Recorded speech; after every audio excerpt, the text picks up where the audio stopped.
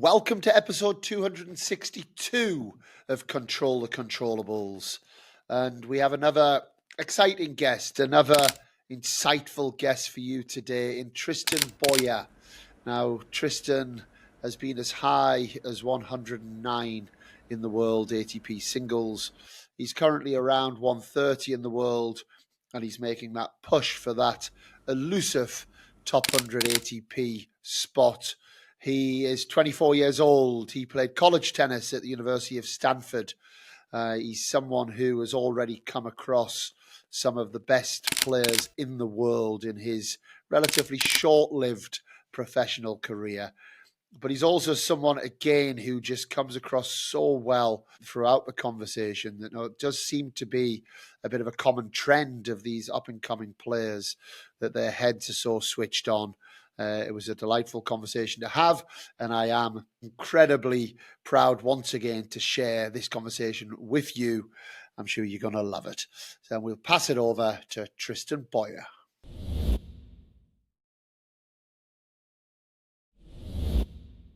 So Tristan Boyer, a big welcome to Control the Controllables. How are you doing? Doing great. Thank you so much for having me. Happy to be here. It's amazing to have you, and all of these. I know you've been in touch with Harry, our producer, back and forth, and I appreciate the Instagram tennis that's been played over the last few weeks. I know it's busy times right now. Yeah, it was a tough season, but it was tough a couple of weeks, but I'm glad we worked out of time. Yeah, and when you say a tough couple of weeks, obviously us finding time to do this is one thing, but being in the kind of line of fire, a European clay court season. I know, looking at your career record, you have done well on clay. Clay's been a surface that's certainly you certainly know your way around. How's it been this clay court season? How is that the European clay court season when things aren't quite going how you want it to go? How do you deal with that whole situation? Yeah, for sure. I mean, I definitely am extremely comfortable on clay. I had some really good results. 3 clay titles last year. So yeah, I mean, I was super happy with clay. I think that just going into the season, I was maybe a little bit low on confidence coming off of like the hard court season. I didn't win like that many matches, and I kind of maybe didn't have as many matches as I wanted to going into the season. And then in Naples, I started out. I came straight from Miami, so I didn't take the second week of Miami off. I played the tournament that week, and then I had like a little bit of. I had to take like 3 days off of practice because of a little back thing, and so I didn't have any. I had like 2 sets of practice on clay before I started the clay court season, so it was a little bit rushed, and then I lost like a tough first match in Naples, so it was a little bit of a poor start to the season, and I think I kind of was spun my wheels a little bit for the rest of the week. So I played 9 weeks straight for the clay court season. So I don't know, things happen. I lost some tough matches, and I mean, you have a bad couple weeks, and it is what it is. But yeah, I'm just trying to keep my head down and keep working hard and weather the storm a little bit, and eventually confidence comes back. And then when you win a couple matches, it kind of flips really quick. So it's just the way tennis goes. And what's the learning on that? Because I think that this is the stuff that people don't see, that maybe they follow tennis and they follow results, or they watch on the TV, or majors come along and they watch what's going on. But there is so many little intricacies to the sport, right? And it's very easy to get momentum going one way or the other, actually. Yeah. And it's like, so how do you deal with that when there is a little bit of a loss of confidence? And I guess the second part of that question is, what would your learnings be in terms of, this time, do you feel maybe you played too many tournaments? Do you think maybe that first week it would have been better to miss a tournament and get the reps on the clay before playing? What's been picked up, and how do you deal in those situations? I mean, I think that the way I've been really trying to focus on dealing with it is just trying to have as good of quality of practices as possible, because that was something that I was struggling with a little bit the last couple of weeks, and it's something that's generally one of my strengths, and I know that I'm extremely good at that. So trying to get back to having like really good quality practices consistently, and I know that if that happens, if that continues to happen, then I'll eventually start having good results, because I'm confident in my ability to continue improving myself. That's really what I think I do the best. it is the focus to kind of continue to kind of like keep having better and better results. I would say learning takeaways from from the clay court season. I think probably to manage expectations. I mean, I'm playing at a higher level. I'm playing better players now than I was last year, just on the Challenger Tour, because I only played one ATP last year, Qualies of Washington. So I mean, this clay court season was my first clay court ATPs that I'd ever played. I think I had some higher expectations, and that hurts your results a lot, I think. And so that's definitely one thing, managing those expectations, for sure. And then, I mean, obviously hindsight 2020, like if I could go back, I would obviously take the week after Miami off. I mean, knowing that now, but it was a week that like there were 2 weeks until French Open closed. I was like 110, so I was kind of on the border, and like we wanted to have a clay court challenger before the clay court ATP, rather than just going straight into the ATP the last week of before French closed. So that was why I played that week. I mean, obviously I would have done it differently now, but I mean, you can't really. Well, it's not black and white, is it? And it's not black, Yeah. and that's the thing. It's not black and white, and that's the challenge in Yeah. all of this, really. Yeah, exactly. I mean, I got to Naples after as that first week on clay, and then I wasn't able to practice for 2 days because I had like a back spasm. Like, you know, if I knew that was going to happen, I 100% would have not played. You know what I mean? Things like that. So, yeah, I don't know. I mean, it could have gone this way, or it could have happened that, you know, I had a really good week in Naples, and I'm in French. I was in main of French, so, you know, I don't know, just the way it is. But yeah, sometimes the margins are so small, and everyone's playing at such a high level that you know, like, it's a couple points here and there, and it can totally change your season and confidence. So yeah, just I do a thing with the players at the academy, and I'll do it sporadically, and I'll say pick a number between 50 and 100, and let's do it now. Let's do it. Pick a number between 50 and 100. I'll do 78. So 78. So if we go to the number 78 in the world on the ATP is, hopefully this is going to work. It's going to be like someone who's won like 1,000 matches this season. Mackenzie McDonald. Oh, so that's doubles. Yeah, that's doubles. Sorry, why is that doubles? Oh. Hold on. That's you can tell I'm a doubles coach. I've got the doubles one open. Yeah, doubles is the default. No, okay. So this is genuine. So Rinky Hitchy Carter. Okay. Okay, good example. So yeah, so he's 78. He's 78 in the world this year. How many matches do you think Rinky's won? Won this year ATP matches. He had that good result. Any matches, any total matches. ATP or Challenger, total matches. I don't know, 15. Yeah, so you're good at this. He's won 14. And how many has he lost? Probably about that. So 18. And 18.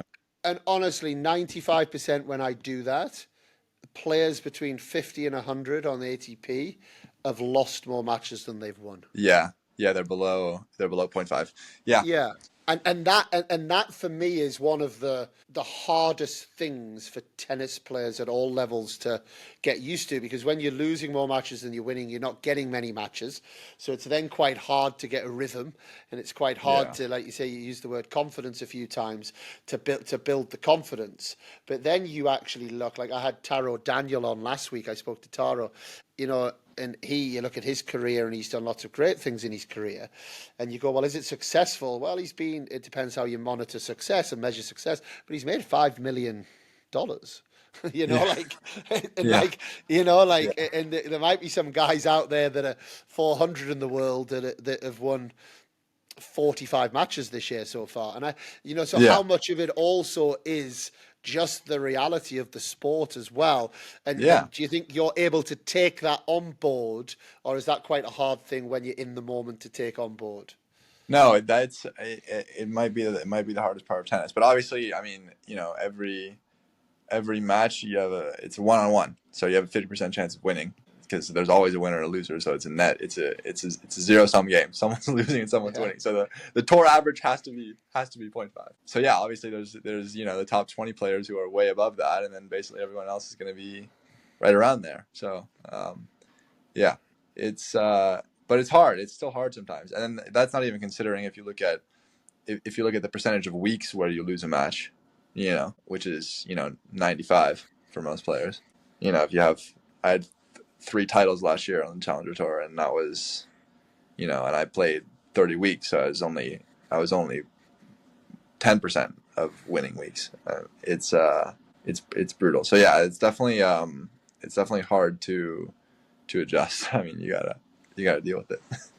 Do you think, because what I want to do, and I want to get into a bit more of your pro career and even in your junior career, but I want to now also take you back to the beginning, right? California boy, I believe, Yeah. and if you go back to that time where it all began, tell us how it began, but also linking that together into. So one of my big beliefs is we don't teach losing well enough, and we don't teach realities of the sport well enough at those younger ages. So then actually it's quite challenging for some players to stay in the sport because they just can't handle it. They don't. The losing takes over. They just can't deal with it. Whereas actually, if we're teaching people from a very early age, you're going into a sport where you're going to lose a hell of a lot. Like I got one of our girls at the academy, the stats from her match the other day. She won 57% of the points and lost the match. What? It's like because it's champ tiebreak. You do the chat, I Oh. think she'd won like 6-love in a set, then she lost 7-6, 12-10 or Yeah, something like yeah, that. Like it can happen in that format. There is also yeah. Riley Opelka beat Medvedev last year, and Riley won 44% of the points. Wow, that's insane. And that's In a that's tour like match. that's almost the max you can do in a tour match, but it Yeah, happened with Opelka and Medvedev. So where yeah. did it start, and what was your kind of upbringing like, and did you have good nurturing in that side of the game from an early age, or is that something you just had to learn later in life? Yeah, I mean, I started playing when since I can remember. It's been a while, You're but I not mean, I that never old. really.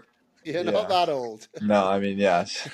It's been 20 years for sure. It's been 20 years or more. But yeah, I mean, I played like USCA's juniors and stuff and like sectionals and all that. But I definitely was not that. I was never like top of the group in juniors. I was always like fine, but not like that good. And definitely more of a focus on like training than competing in like the very juniors. But then throughout ITFs, I played ITFs like a full like ITF calendar, and I played all the slams my second year and all that, my first year of juniors and all that. So I wasn't like I was like not competing, but definitely like more of a focus on improving from my coaches and especially my parents, which was very good. My parents were never like at all like talking about needing to play better, have better results. So that definitely helped. And then I've been working with a mental coach, Henrik Roswell, for 10 years now, like Oh basically wow. since I was 13 or 14. So having him like help me out and give me tools and stuff to kind of like be like prepared to manage expectations and to like feel more confidence and to have those tools to take kind of like like a lot of victories from any like match, and obviously practice and stuff too, but from any like match, trying to find like what I did well and learn and take away as much as possible was huge for me for sure. So yeah, I would say that I definitely worked on that. I mean, a good amount, and definitely didn't have that much like kind of big focus on winning like a lot of juniors do, I guess. So. And who were, if you go back to those early days, who were your big influences at that time as well in terms of coaches and parents? How big was the role that your parents played? What type of tennis parents were they? I mean, they were, I mean, pretty involved, I would say. Not the worst of the worst, but they were definitely involved. But they had a very good, I think, like outlook and let my coaches do, you know, pretty much have their way, which was really helpful because I think a lot of people get more in the way than they should. My parents were involved, but not too much at all, which is very good. So yeah, I mean, definitely a positive influence and very very supportive, um, and not like like very positive support constantly. It was never like you have to be winning or like you're not doing well. It was just, as long as I was giving my full effort, they were happy with that. So that was really good. And then I had a really good, two really good, like a couple really good coaches and juniors, but two really good coaches and juniors, Dave Hagler and Zebu Nube, who are both like super kind of like positive, but like dedicated people. And so yeah, I would say those were the two biggest influences in my junior coaching career. But yeah, really good people around me for my whole career. Super grateful for that. And if we take those coaches, if they had most of their coaching career developing juniors. Yeah, I mean, Dave was.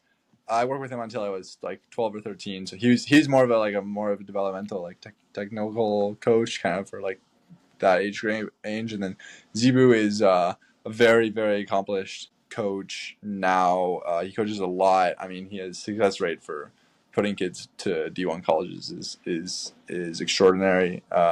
He worked with a couple. He had some pro experience, but really from the 13, 14 to 18 range. He's really, really, really good. So that was when I worked with him, and I had my best junior results with him. Okay.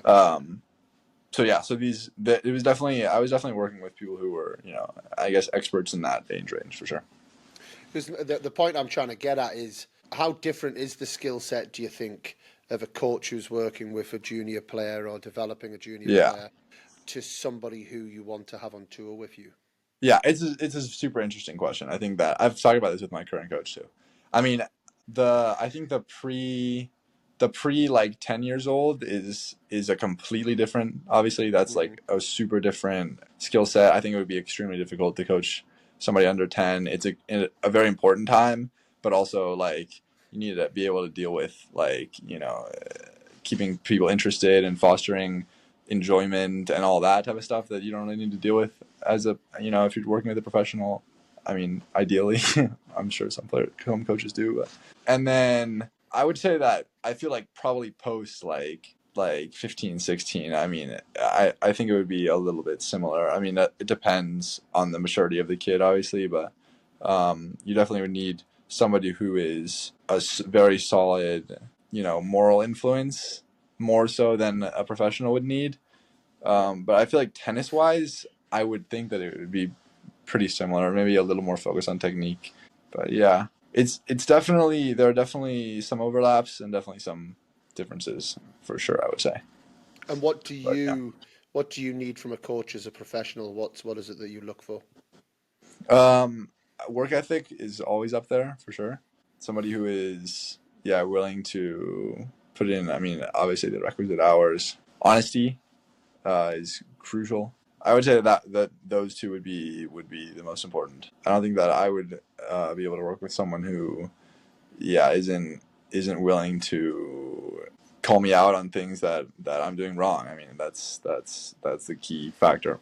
I know that sounds a little bit obvious, but I feel like there are people who work with coaches who don't do that. So those two are key. What else? Maybe, I mean, if you're traveling with someone a lot of weeks, you really need to get along with them. I think that's important, especially maybe for the top 100. It's a little less if you can kind of like have the funds to kind of split up, not split up, have different hotel rooms, go home a little more often, that type of stuff. But if you're like a challenger, kind of an established challenger, like 120 to 200 range, I think that where you have the funds to travel with a coach, but you don't really have the funds to. You might need to have a little bit of a longer tour, or you need to share hotel rooms. That's going to be way more important. I've had issues maybe with some coaches where I get into a situation with them where like I'm not like our kind of relationship off court like has deteriorated, and that kind of affects like your on court stuff where if you're not listening to somebody anyway, then there's no point in having them there, even if they can travel more weeks. So you gotta really find that balance. So that's another important thing. But yeah, I think honesty and work ethic would be the two biggest ones. And if you don't mind me asking, because this always fascinates me, and I ask a lot. I ask a lot of players this. I ask a lot of coaches this as well. And I'm amazed at some of the responses. Not that I'm about to judge you. I haven't set this question up very well. But in terms of if you are looking for a new coach, which obviously you would have at some point, how do you go about finding that coach? And what does that process look like? I mean, I have two coaches right now who travel with me, and I met both of them through, one of them I met through my trainers actually, and they had worked with him with previous players Okay. so they had worked together with him already. And so, I mean, I knew that had experience. I knew that he worked with my physical training team already, which I also think is really important for them to work closely with the other members of your team. So I knew that they already work well together. So I'd kind of had him vouched for already. And then the same thing with the other one. I met him through another coach actually. So, and he was a player, so I knew that he had obviously a good tennis mind. So that was kind of not really a question. Who are your coaches? Alejandro Favri is the one who I met through my trainers, and then Marcelo Filippini is the other one, Okay. who I met through the other coach. So yeah, I mean, like once they're like kind of their experience and tennis knowledge is vouched for, then those things come into play where you need them to work well with your team, you need them to be honest, you need them to be hardworking, that type of stuff. So, and yeah, that was all kind of covered, I guess. That was how I met these two guys, and it's been working out pretty well. Because I heard a story the other day, and I won't say names. And I won't say names actually because I can't remember.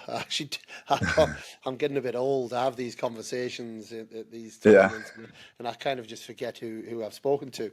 But it was a player who was starting with a new coach, and more I'm hearing that this happens through agents, Yeah. which Yeah. already for me seems a bit odd.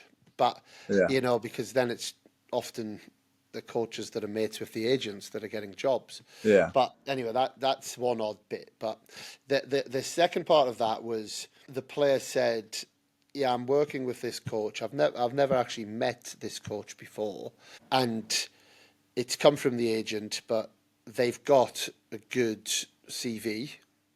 Yeah. I've got good experience." And I said, "What's the commitment?" And the commitment is till the end of the year. Oh wow. And I was like, okay. And I said, and has a conversation happened where maybe expectations are set, or have you talked about your game identity? Have you talked about how you like to play, what you think, No, we haven't had those conversations yet. Now, that wouldn't be the first time I've heard something like that, and it feels so often players are jumping into these relationships blinded and almost like not knowing which direction this could go. I could start working with you tomorrow and I might have a completely different idea of where I see your game going to where you see your game going, and we might just not be aligned in any shape or form. My values might be completely different to you. It doesn't mean I'm a bad coach. Yeah. That might work with somebody else. It also doesn't mean you're a bad player or a bad student. It's just getting those right connections, and yeah, that's really probably where my where my question comes from, because Okay. I see almost more and more, and I actually think it happens a little bit at the top end of the game as well, where Yeah. people are almost Just signing based on CVs, kind of. yeah, without Yeah. actually. So if would you when the like I like the sound of how that's been set up. It's come a bit more Yeah. from a bit more of the core of you understand each other. So Yeah. then if you don't mind sharing with us, what does that next process look like for you? When you then are going, okay, this is a coach I want to take on board. How much depth are you getting into on conversations No, for around sure. data, all of these type of things? I don't know if you don't mind sharing that with us, just how that whole picture looks like from a player's perspective. You mean like when I took on the coaches, Yeah, kind of like how. or almost the kind of, I guess, the interviewing process, or the trial Yeah. process, or the that kind of very early stage where you're trying to just find out, is this the right coach for you? And I guess the Yeah. coach is trying to also find out, is this the right player for me as well? That kind of collaboration piece. Yeah, for sure. I mean, I think well, for both my coaches it was similar, and I think it just takes time. But basically, I mean, I spoke with the people who I got the recommendations from. So like for Alejandro, I spoke with my trainers. They said he was really good. Then we had a call or two, just like chatting. That was good. And then that went well. Where I'm seeing like, okay, this guy obviously knows his shit. Like we seem to be like he has, has he seen me play? Like is he gonna watch me play to kind of like prepare for this interview, which both of my coaches did. And then I kind of asked like about ideas they had about my game. That went well. With Alejandro, we had a meeting in person in Buenos Aires because I was there for preseason, and that went well as well. So then we agreed to. We had a pretty extensive talk in that meeting actually, and pretty tennis specific too. So we really went over like he had questions for me too about where I what I see as what I see as my strengths and weaknesses, what he sees as my strengths and weaknesses, where he thinks I can improve. I had practiced with his former player a couple in recent months, so he kind of seen me play in person. We went through some pretty detailed conversations about that. And then we said, all right, we'll do the preseason together. I didn't have a coach for preseason. I said, we'll do the preseason together, and then we'll do the first, 2 tournaments. We did the 2 tournaments, and then after that, we were, really locked. So we kind of know, like, Nice. Yeah. Now we'll talk about, having a contract and committing for the whole year. And then it was similar for Marcelo also. Like, we probably had, we probably spent 2 or 3 months where he watched all my matches. We spoke on the phone, and then he came for a week for Vegas. He came to Vegas. I finaled Vegas. He went home. He came to Campinas. I won Campinas, and then he came to Curitiba. We lost second round, and then he came to Montevideo, and I won Montevideo. So out of 4 tournaments, I had 3 finals and 2 titles. So Magic touch. It went exceptionally well, exceptionally quickly. Yeah, that was crazy. But I mean, again, like a similar situation where like we kind of had conversations. I liked the direction that he thought my game should be going and what I should be working on, and then we continue from there. And then after you're sure, then obviously you work out like contract and stuff like that details. So yeah. That's a lot for sure. The question I do have in my head that I have to ask: why do you need 2 coaches? It's for less travel time for them. So they share that. Yeah, I mean they both. I mean, I'm gonna play probably 30 tournaments this year. 50 would be crazy. Whoa. Which is possible with the ATP calendar somehow, which needs to be adjusted. But 30 tournaments probably I'll play this year, and they'll do 15 each. I mean they both have families with pretty young kids. Marcelo has a 14-year-old, and Ale has a 7-year-old. So obviously it's a lot of travel, and then like I talked about before, it's a lot of time together. So like. I had some issues where, like, I mean, knowing myself personally, I can get into some, like, modes where I shut off a little bit and get a little stubborn. So, like, I mean, I would rather travel half the time and absorb twice as much of what my coach is saying than have them twice as much of the time and I'm absorbing half as much, So, like I'd rather keep those relationships really fresh and good. And that's something that that directly affects performance and like how much I'm improving. So that's another reason why I have 2 coaches instead. I would say that's pretty common now. I think there's a good amount of players who have, kind of 2 like splitting the job. So Do they ever do weeks together? Do you do training weeks all together? They have done a couple. So the last week of preseason, Marcelo came out too because he's from Montevideo, so it's really easy, and we were in Buenos Aires. So I had both of them there just for the last week. So 1 out of 3 weeks they were together. And then we've had, we've had 2 tournaments where Alejandro's working with another player too. And so he happened to be there with him. And then Marcelo, it was like Marcelo's week for that. So then they happened to be there together. But I was just with Marcelo technically, you know what I mean? Yeah. So that's happened just 2 weeks just by chance. But I mean, I don't bring them out both together if it's just me there, It's expensive fast. Yeah, exactly.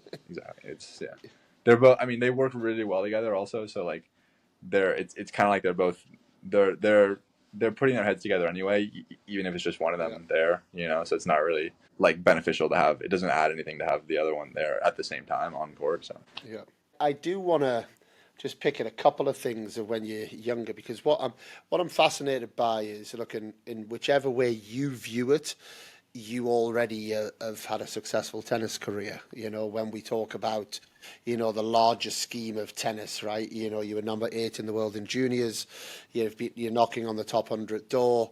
You're playing all the big events. You've shared the court with a lot of top players and had wins over extremely high level players as well. So it does interests me. And the couple of things I'd love to hear a bit more about is what's happened almost through circumstance or just through natural environment of where you were brought up that had the biggest influence on the fact that if just for a second we call it making it, like we say you've made it, what was it in those early years that almost just naturally happened because that was your life, that was your environment, that's where you were, was so influential in that? I mean, I attribute it mostly to working with like extremely good coaches throughout my career and being able to be I think that I have a really good work ethic and that I am able to continue to keep working on myself and improve my tennis Why constantly. though? Why? What? Um, What? What? How is that? Is that just the way you were born? Is that the way you were brought up? Is that something happened when you were younger that made you appreciate that? Like, hmm, what's the thing that? Because that's also not always normal. We shouldn't take that for granted. yeah, That's an no, for amazing sure. skill in itself. I think one I've always really loved tennis and I've loved how it feels to like kind of improve yourself. So I know that it doesn't feel like as that much of a sacrifice to me if I'm really like pushing myself hard. Where maybe some other players feel like they would be giving up things. It doesn't feel as much. I mean, I still feel like I'm giving up things. I'm missing. Like my life is very different than what a normal life would be, like a normal 24-year-old life or 18-year-old life when I was that age. But it doesn't feel like as much of a sacrifice because that's what I really love to do.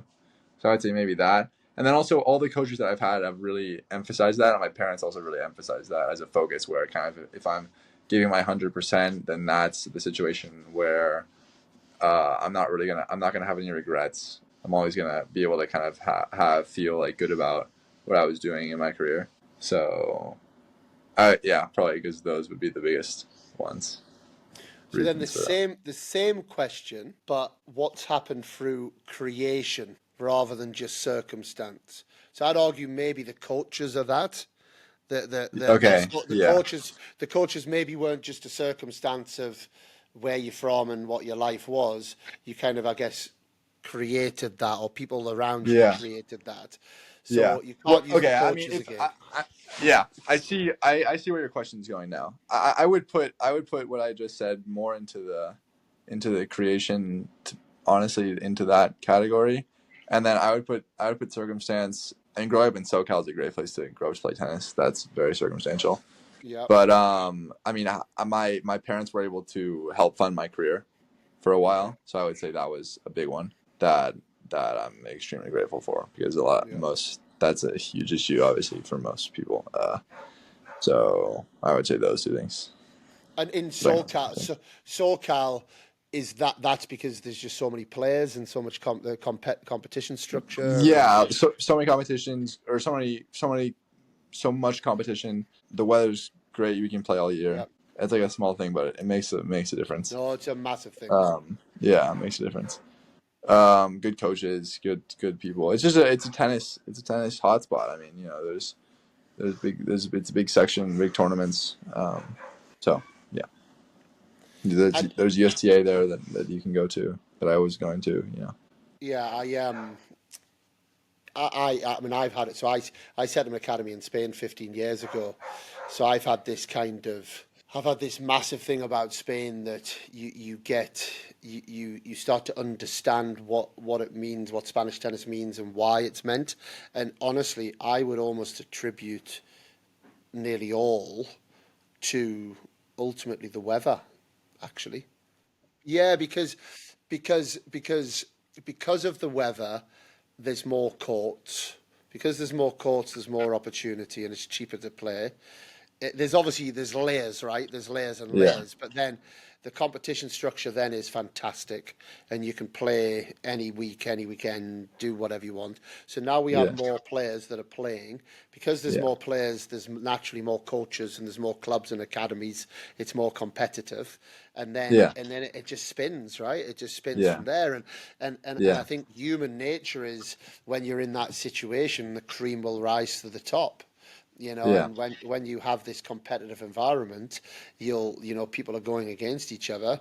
People are always pushing each other and pushing and pushing, and then all of a sudden you have a bigger you have a bigger group of Yeah. good players. So you have more chance that you're going to have some great players, and it Yeah. kind of spins from there. So I'm completely with that. Like SoCal weather, playing outdoors. I'm also a big believer in playing Yeah. outdoors. Yeah. Like I think somebody said on the podcast a few years ago, a clay court is the best assistant coach you'll ever have.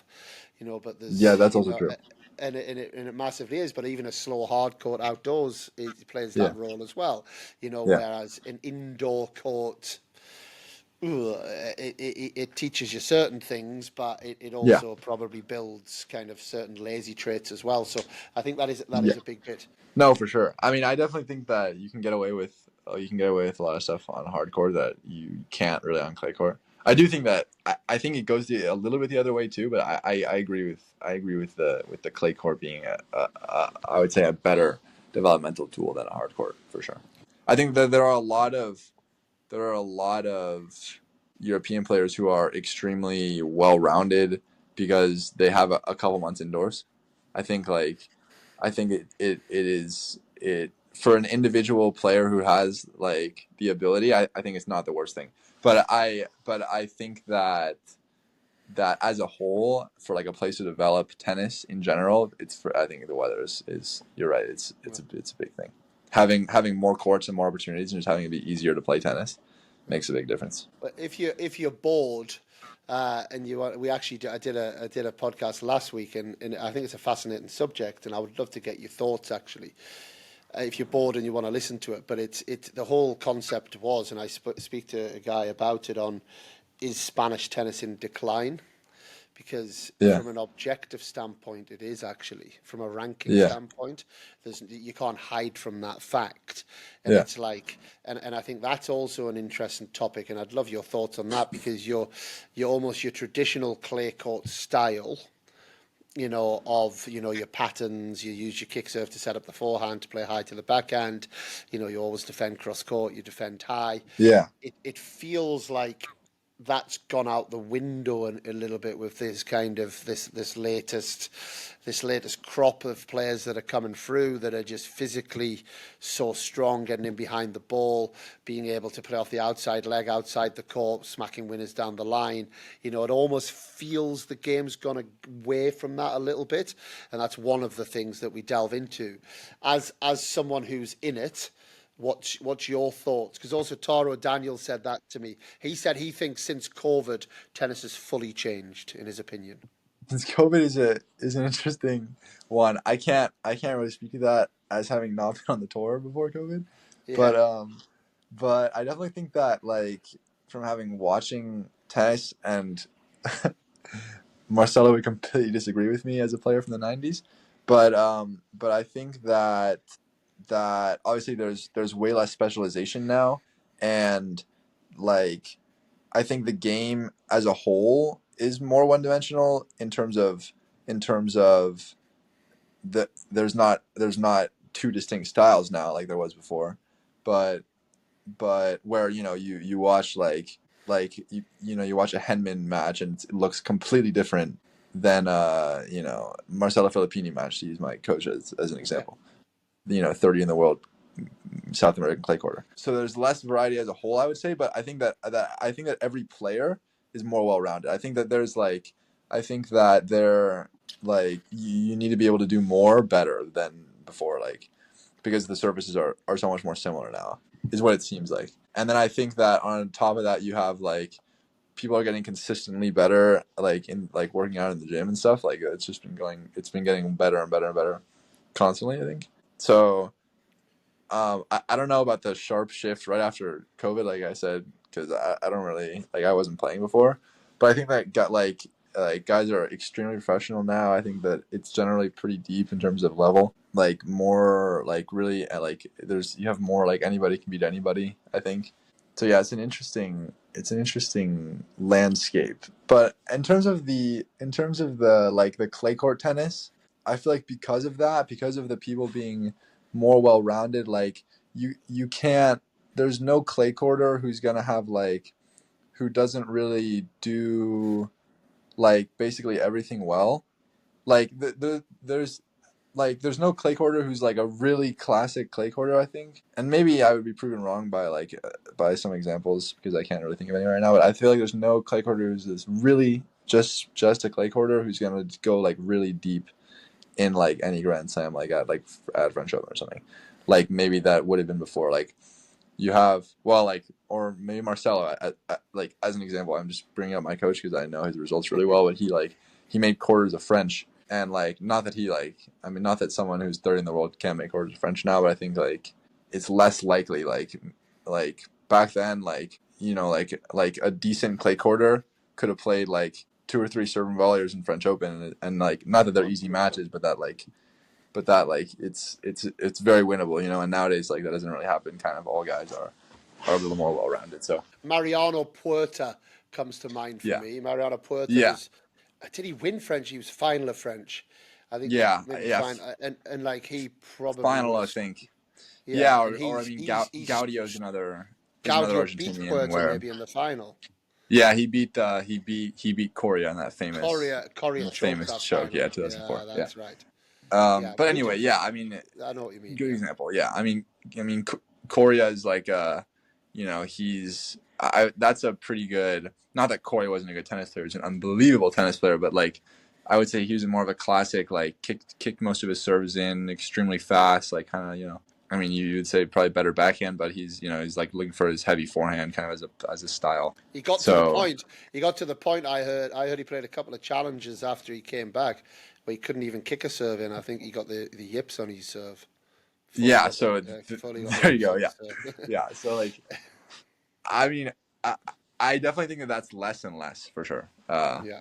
I think kind of like what you're saying. So yeah, So I what are don't the know. if you were to give one or two non-negotiables now in men's tennis, what are the non-negotiables that you must be able to do from a tennis perspective? I mean, that's an extremely difficult question. I think maybe my favorite part about the sport of tennis in general, obviously I like just playing and hitting balls. Like I personally enjoy that, but I think the most interesting thing about tennis is how many different ways there are to be good at it. The way you're rewarded for playing the way that you play and playing to your strengths and making your opponent play to their weaknesses and playing your opponent's weaknesses. That's what's so interesting about it, I think. So like I don't know if there's one thing like you might say like you need to be able to have a good serve. You can give I think you can give a counter example to basically all of the non-negotiables. And the other question is like, what level are we talking here? Are we talking to be top 100? I think if we're talking top 100, I don't think there's a single non-negotiable. I think that there have been guys who are top 100 who've had some every single shot they've had them completely unplayable. Like terrible. I don't know. Benoit Paire was 30 in the world. He couldn't hit a forehand. You have guys who can't hit a serve. They're top 20. Like guys who can't hit a backhand. Is there anybody nowadays that can't serve in the top 50? Yeah, for sure. I think there totally is. I mean, maybe. Well, Navone was 29 in the world. Okay. Very poor serve. I mean, obviously, can't is a relative term when we're talking about top 50. Can't's the wrong Yeah, word, yeah. can't is very relative. But yeah, I think that I mean you go through all the shots. I think that there's guys who are missing. There's no shot that every single guy I think has at a very high level. Let me ask a different Yeah. question, because I'm loving this. I can tell that you're a tennis enthusiast. You're someone who, but it's. Do you think there's any part of the game that throughout the whole eras that the game has been played that hasn't changed? So there's many things that are changing, but do you Yeah. think there's anything that hasn't changed, that it's just, like evolving now without a shadow of a doubt. Now there's more striking of the ball that's happening now. Yeah. There's without any doubt players are moving better. Yeah. Big players are moving better. Like no kind of argument on that. People can't argue that. But what has just never changed and almost will never change within the sport of tennis? I would, if like, I think giving an answer that no one can really refute, but I think is the best answer to the question, it would be that I talked about. You as a competitor being able to play the point how you want to play it, and or how the other guy does not want to play it. That's the most important thing in tennis, I think. So like, whatever type of player you are, if you can't do that, then you're never going to be able to play to your strengths. So I think that would be what I would say to that. I would say that, like, if you had to pick one shot to say like that, it's never going to not be important, it would be the serve. I mean, I think that that's still, like, always has been, always will be. If you look at the stats, like, the good servers are the ones who are the most consistent and are the hardest to beat. But yeah, but I think that, like I said, like, even saying that, like, most guys in the top 20 have, you would say, very, very good serves, but there's always a counterexample. I mean, I think, yeah, there's always a counterexample. Yeah, not good. So, I like it. I like but, it. But all the guys have that ability where they can force you to play the point how they want and not how you want. Otherwise, you can't play tennis. Very good. Yeah. In terms of talking about things that have been changing or not changing, I guess one of the things we have in common is college tennis. You did one semester. I did about 9. That nine semesters at LSU was maybe enough to not quite prepare me for the tour.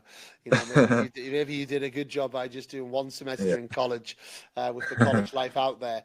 But you did that at, obviously, Stanford, an incredible university. Yeah. And the bit that I want to actually ask your opinion on that is, you were coming into college and going out of college at a time where there's big changes happening, right? There's NIL. We see it everywhere now. Name, image, and likeness. In terms of now the athletes can make money. They can. They can be paid. We're starting to hear kind of big figure, six figure numbers flying around for players to be offered to go and play tennis in college. You just missed that period. What was your kind of college experience like? Short and sweet, but tell us a little bit about your college experience, and then also tell us a little bit about what your thoughts are about now the direction college tennis has gone, and whether this is a good thing or not for the sport. Yeah, I mean, I like, even before the accelerator program and NIL, I would recommend college to pretty much every player. I mean, I think that unless you're like a really true prodigy, like, one season of college tennis is just such a good backup. I think you really feel it as a pro player. It takes a lot of stress off, kind of knowing that tennis isn't all consuming. It's not the end all be all. There's another facet to life that helps you perform actually as a pro player, or it helps me anyway. So even before that, I would have recommended college to basically everybody. But I think that now they've done so many things to help the level. I think with the NIL, like, being able to get paid is really good. It's definitely going to bring better players into college. I think that it will help people feel a little more free in juniors, being able to have like some type of NIL, or clothing deals and stuff, and still be an amateur. I'm not sure like what the state of that is, but yeah, being able to bring better players into college helps for everybody. And then the accelerator program, obviously, where the top 20 players get wild cards. That's awesome. I think they did a good job. I mean, a lot of pros complain that they're taking spaces from them, but I think that college is such a good pathway to pros that it's better for tennis, and it's better to have tennis players who are more well-rounded. It's better for the sport. So, yeah, I think those are great things that they've done that they wasn't around when I played. I just missed both of those programs actually. But yeah, my college experience was a little bit strange. My first 2 quarters were online. First 3 quarters, well, my entire freshman year was online classes. I got to campus in February to play my freshman season, like the 2020 and 2021, like 2020, 2021 season. Our first match was in March 2021. So we were extremely late to start. It was a very brief season. So tennis wise, didn't really go great. Stanford had a lot of COVID rules. It was a weird time. Yeah.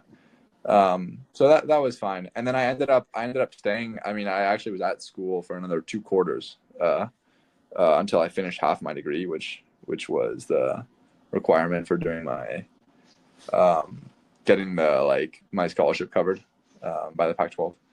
So I ended up staying through basically through March 2022, and then left right before the season. So yeah, and then I was hurt like at the end of 2021 too. So it was a little bit of a I wasn't really playing that much tennis my last year either. So it was I didn't have a normal college tennis experience, but I did have fun on the team, and I enjoyed it a lot. I enjoyed school a lot. I enjoyed being around other people besides tennis players, and it was a great time in my life. So I'm definitely happy I did it. And I think it's helped me a lot as a pro player even. So yeah. And was it always the idea for you to just do a short period before you then went and played in the pros? No, I mean, I was when it wasn't. I mean, I kept that option open kind of when I was looking at schools. I had a couple offers to just play January through June and then leave. So I wanted to know that I was able to do it if I wanted to, but it wasn't necessarily something that I was set on doing 100%. Okay. I was just going to see how it goes and then decide if I wanted to kind of stay or leave, as long as I had my scholarship covered. Because I think it's an important one, because we get a lot of players that listen to this podcast. We get a lot of parents, a lot of coaches, and you were number 8 in the world in juniors. Yeah. Number 8. You downplayed it earlier. You said, I played a few tournaments. You didn't fool me, Tristen. You were number 8 in the world in juniors. You did your homework. You were some tennis player as a junior. Yeah. And yet you made the decision to go to college. Whereas I hear people that are 800 in the world juniors. I hear people that don't have a ranking in juniors, but play ITFs. That are going, I just want to play pro. I'm not sure I want to do the college thing.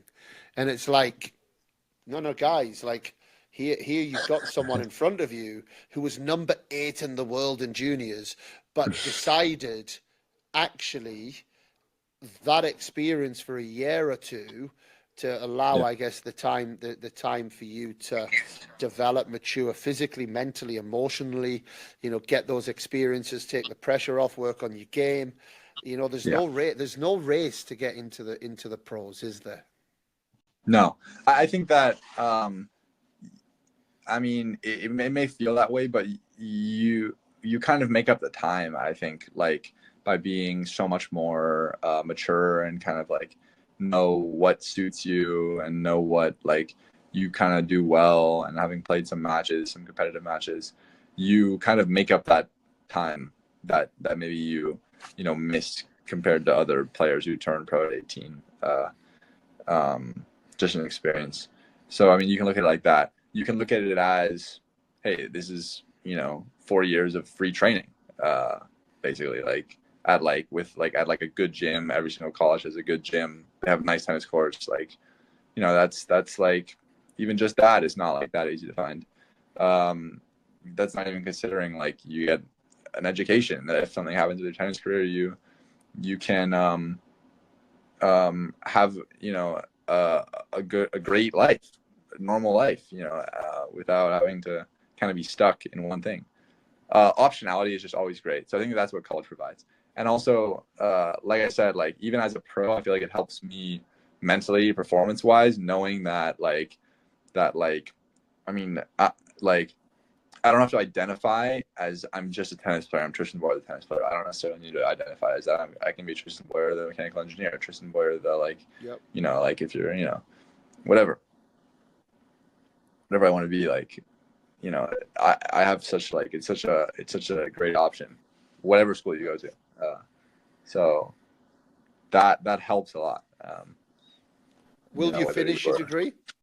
Yeah, I think I will. Yeah. Yeah. Unless it goes exceptionally well. Even if it does, honestly, I'll probably go back and finish.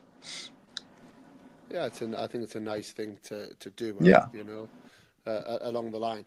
In terms of that moving out of college, I wasn't the player that you are, but I did 4.5 years in college, and I was like, then all of a sudden I turned up to these futures events, and I was like, whoa, like it was like a slap in the face. It was like, oh my goodness, what is going on? It really was.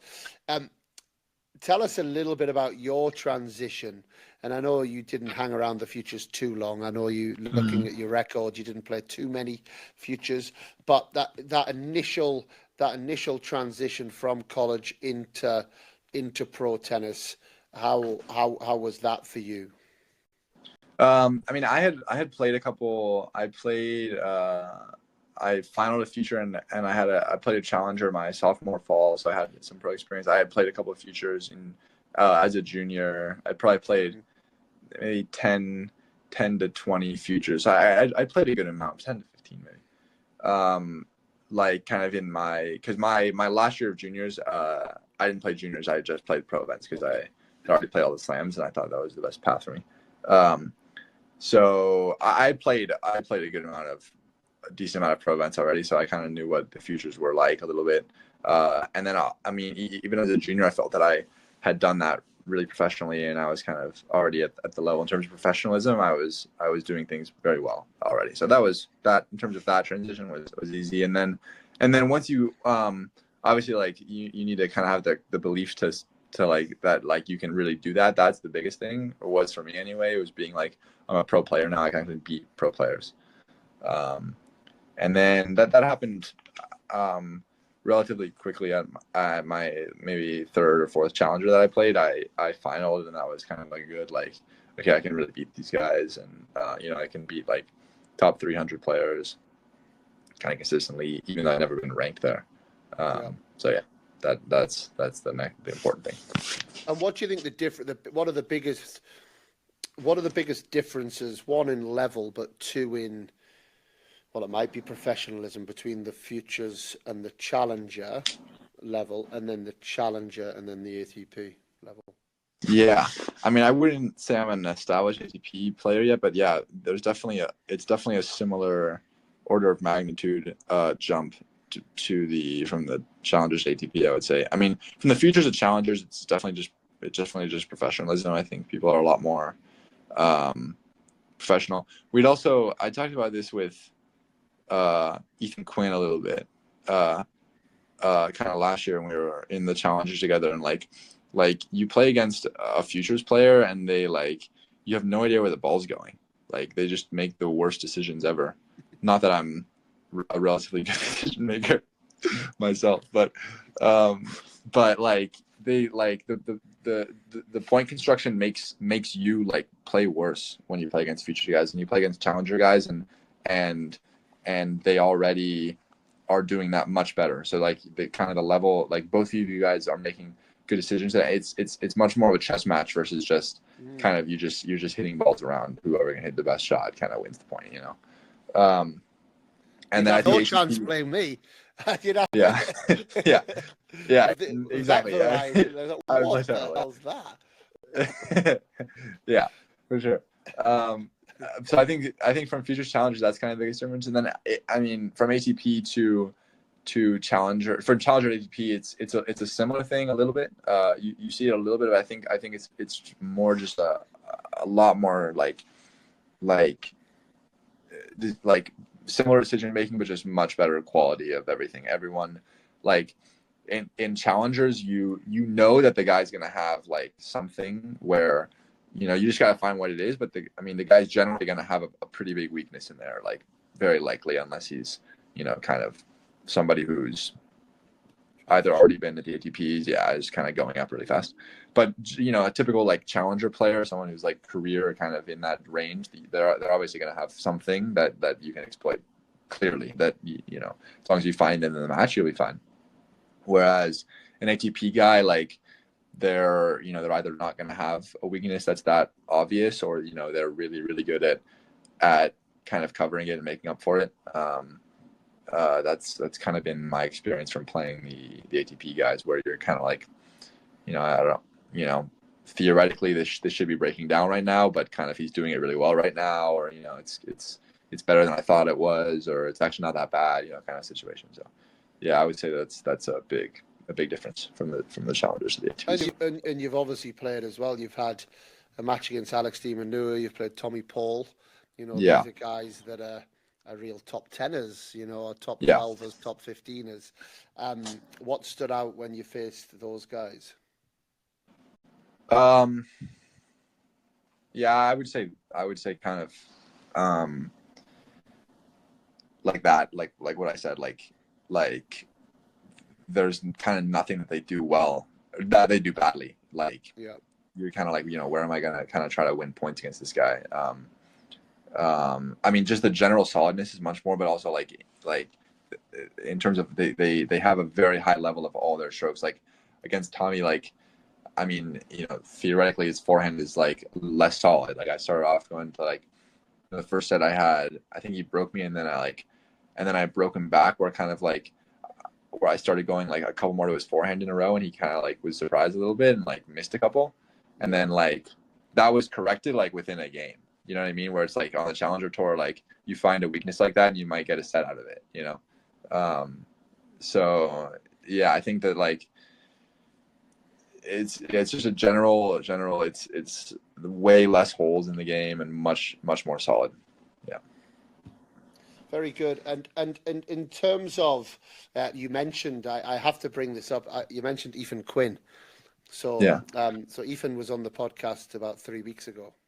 Okay. And maybe a little bit longer actually. It was during the clay court season. Maybe it was about 3 weeks ago. And obviously he's had a fantastic clay court season. Yeah. Really well. But I asked him the question, what's been the biggest victory in his career? Yeah. And he said, honestly, I'd probably have to say against Tristan Boyer. There's no way. And this is what he said, and I want to hear your response. He said, this year, in an absolute physical match. And I think from there on, I've won a lot of 3-set matches this year. And that was the one when I was really like, man, I can be really physical. I can be fine to play the next day. And I think this was a really big mental victory for me. 6-2, 6-7, 7-6 at Delray Beach Open. And listening to him speak then, he talked a lot about suffering, and it felt like, and obviously used that match as an example of that, where he maybe got that belief of like, do you know what, I can suffer, and I can now go on the clay courts and I can suffer and I can play these guys. What's your response to that? I mean, I was definitely suffering after the handshake in that one, but but yeah, it was a battle of a match. I mean, I think really since then he's been playing with such like really just confident tennis, especially in the big moments. Like that was what surprised me a lot in that match. I mean, a couple of things in general. I was really impressed with the way he played. I mean, just it was tough to find kind of where to play that match, and I eventually found like some good tennis for almost a full set in the middle, and served for it in third, and then he kind of elevated, but yeah, I think that him getting through that really kind of led to some confidence. Like he's won so many matches now in the 7th and third, and it was, I mean, obviously like I would say that's one of my biggest strengths is my physical condition. I feel extremely confident in third sets. I know I don't know if I've ever played someone who I felt was in better shape than I am, and and he just dealt with it really well. So I mean, it wasn't a cool day, and yeah, he just in the big moments, the way he played and served was really impressive. So I mean, props to Ethan. He's playing some very extremely good ball right now. So I asked you the same question. What was what's been the biggest victory in your career so far, and why?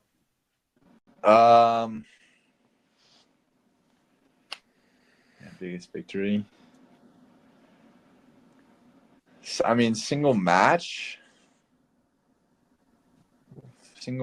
I would say, tough one. I've had a couple top 100 wins. I would say the biggest for my career in terms of importance was maybe the Campinas final, where I was down a break in the third against Fikovic. He was playing really well. Like by ranking, in maybe it wasn't that impressive. It was maybe 220 or 200 at the time. But I think that he was playing really well. I really was able to kind of stay calm and fight through it. I wouldn't have been main draw in Montevideo if I hadn't won that. So then, it would have been a tougher title to win Montevideo. Yeah.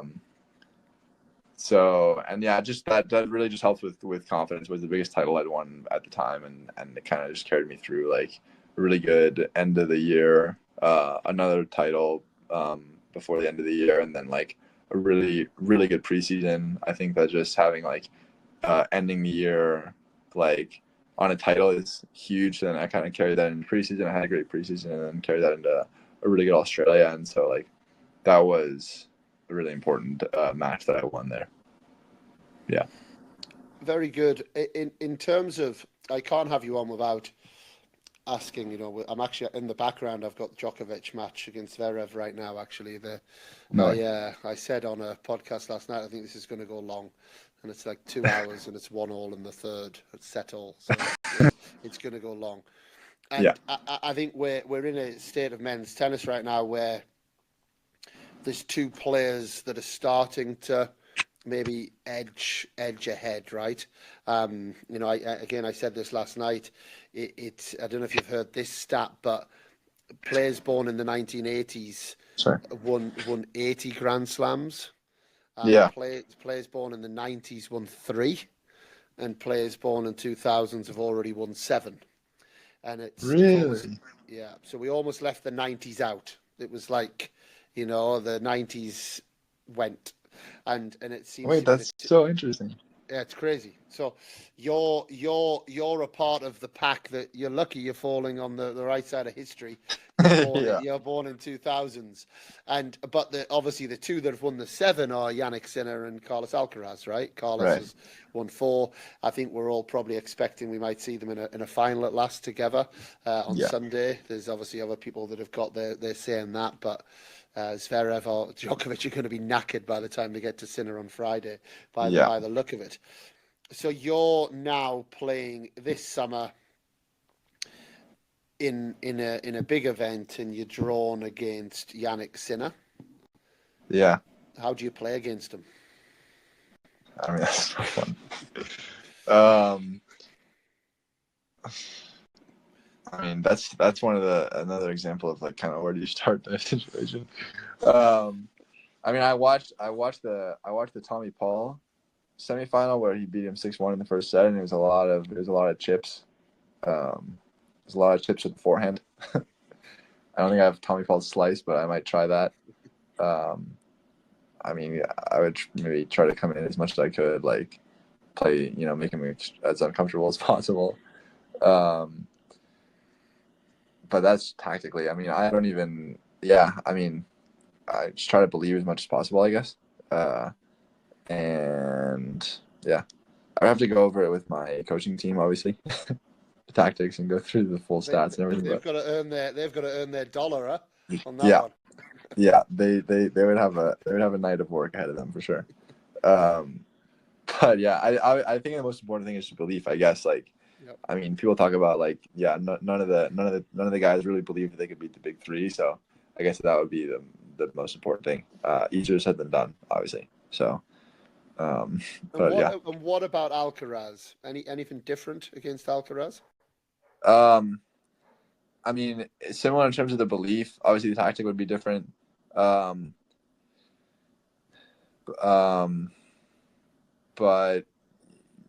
yeah, I mean, maybe. I guess you would say Alcaraz is less of a steady, as a consistent player. You can have a worse match theoretically. So maybe kind of hope for that a little more than you would against Sinner. Maybe, yeah, Sinner, I would maybe play out a little more and try to win the match, and Alcaraz, I don't know, try to play into it a little more and see what happens. See how he's feeling that day.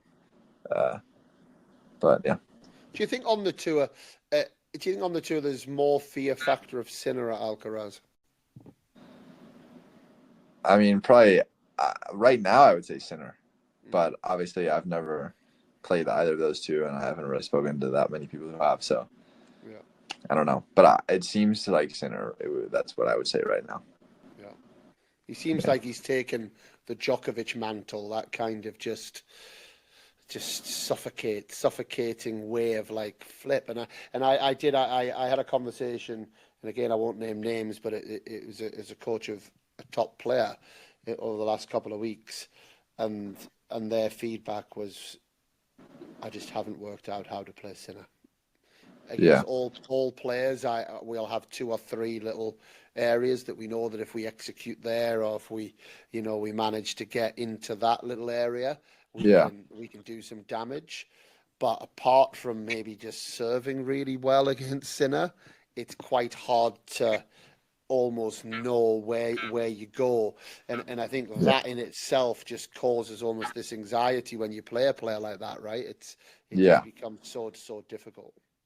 Yeah, or you just walk out there and you don't really have a clear idea of what to do. It's tough. I think that's what we're seeing. My last question before we do a really quick fire round, which we always do on Control the Controllables. Okay. What does the future hold for Tristan Boyer? I think the future holds a lot more of me enjoying playing tennis, doing the best I can, and working as hard as I can. And we'll see what happens. But really, the idea is just kind of day by day, build it brick by brick, and keep improving, specific things, and working on my game and becoming a better person and a better player. And I think results will show up if I keep doing that. I just want to say before we jump into the quickfire round, what an absolute pleasure it is to have you on the podcast. I think you've been an absolute delight, and you're not someone that I've spent time with, but certainly I hope we get a chance to catch up at some of the tournaments over the next few weeks. And I have no doubt there's a very, very bright future there. So thank you so much for coming on, for sharing openly and giving us everything that you have over this last hour and 20 minutes. Thank you. Really appreciate it. Thank you. That means a lot. Thank you. Happy to be here. Quick fire round. Are you ready? That's it. Yeah. So what does control the controllables mean to you? That means being as prepared as possible, doing the best you can, having no regrets, I think, but doing everything in your power to have the best outcome in your favor. Roger or Rafa? Roger. Serena or Venus? That's a great one. I'm going with Venus as an older brother myself. Yeah, I'm a Serena guy for the opposite. What's your favorite snack? Oh my goodness. Boris Becker brought the bananas. They made the bananas famous. All those years on the court, So what's your favorite snack at the tennis court? I mean, on court, I would say Jones Bar. Jones Bar. It's like a date bar it's one of those like 3 ingredient situations where it's just dates, nuts, and fruit. They're delicious. Yeah. And who's been your role model in your tennis career?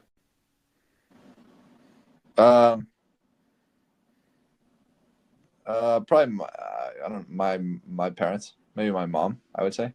as a role model in general, obviously, but I take her as a role model for my tennis career. Very good.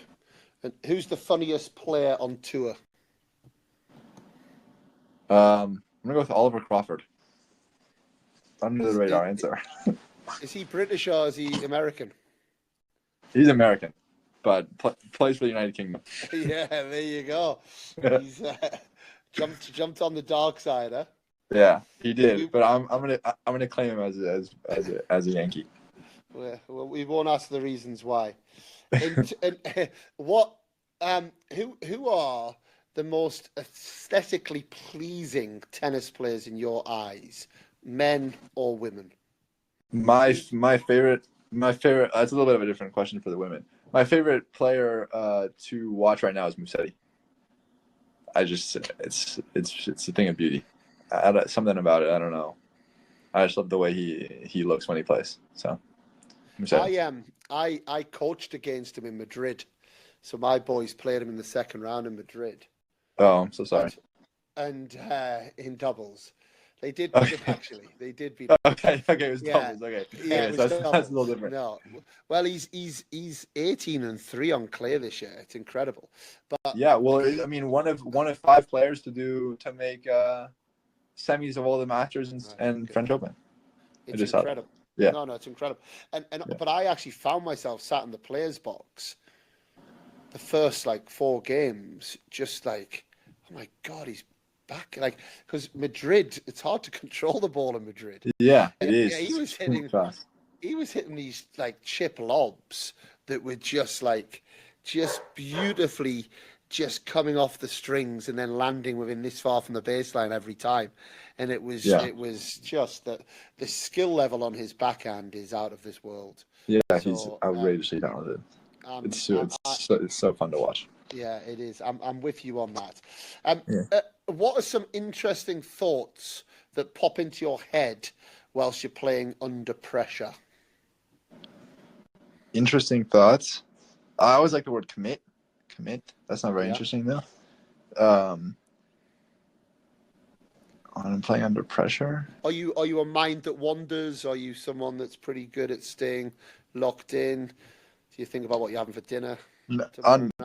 I mean, not in the big moments. I'm pretty good about locking. Once in a while, I'll wander around, but I mean, I would say, yeah, I can't. I don't even know if I can remember kind of what's going on there. To be honest, it's pretty specific self-talk and stuff about what to do.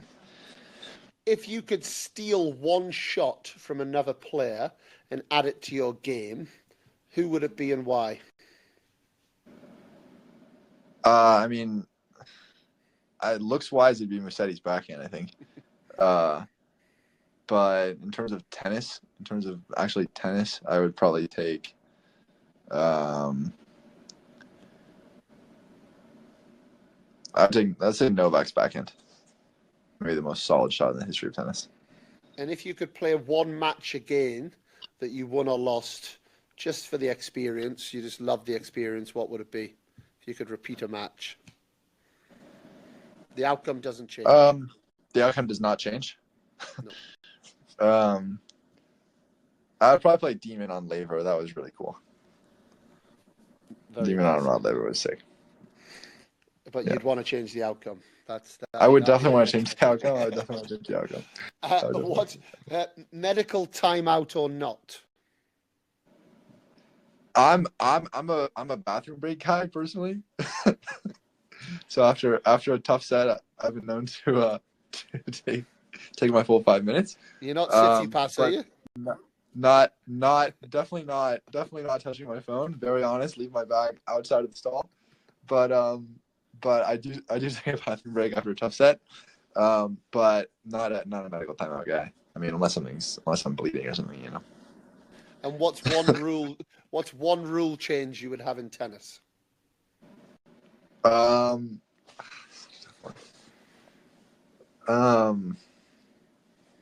might put the coaches on court like college. I think that would be sick. Very good. Now, I didn't have this question written down before we started, but throughout this podcast, obviously we're doing it, and I would say if you're listening, you need to go and watch it on YouTube, or you need to we'll maybe share some pictures. Who's your tennis lookalike? Has anyone ever told you look like someone, another tennis player? Because I have two, as I've gone through this podcast, that keep jumping to my mind, and I'm like, oh my goodness, like. I'm trying to think. Are they like top 100 players? So one of them is a current top 10 player. Draper? No. Casper Ruud. Casper Ruud. I guess I looked, yeah, kind of. However, for the first 45 minutes, I couldn't get out of my head how much you look like a younger version. So this guy's not young anymore, but when he was young, and he was a Wimbledon champion, and he used to wear. All I've been thinking is I need to put a black and white headband across your head, and you look so much like him. Pat Cash? Pat Cash. It's like, it's unbelievable. We're gonna share some still photos of this, because the photos I've seen of you outside of this call, I haven't seen it, but I kept on seeing a young Pat Cash, and then I was like, no, it's not Pat Cash. Pat Cash, and I've never done this on the 260 episodes I've done. By the way, this is not the thing that I do. But a young Pat Cash crossed with Casper Ruud, and that's what. I guess I do like kind of some of this guy. Yeah. Two good looking guys. No, those were. I'll absolutely take that. Are you kidding? You know, it's not a. You know, I could have been a lot worse. I've been told you don't want to be told you look like. You know what I mean? And our very last question that we always ask on the podcast, and the answer to this, before you give an answer, we do ask that you play your role in helping it happen. If you, so I've asked this question before, and somebody said Donald Trump, and it's like, one, I'm not sure I want Donald Trump on my podcast, but two, I'm not sure that you're able to get Donald Trump on my podcast. and the question is, who should our next guest be on Control the Controllables? Have you had any South Americans on? Not so much players. No, we had Cameron Norrie's coach Facu was on. Oh. But I'm trying to think which other South Americans we might have had on. But hit me with who it is, and then you. I mean, I think you should ask all these questions to Navone. I think that'd be great. Yeah, are you able to make it happen? Navone, or Sarundala. Either one of the Sarundalas, I could help you out. Awesome. Well, we'll be in touch on that. All right. And thank you so much. Like I say, once again, all the very best on the grass. And I hope we might share some strawberries and cream at Wimbledon at some point. Yeah, so that would be awesome. All the best, mate. Thank you. Thanks so much.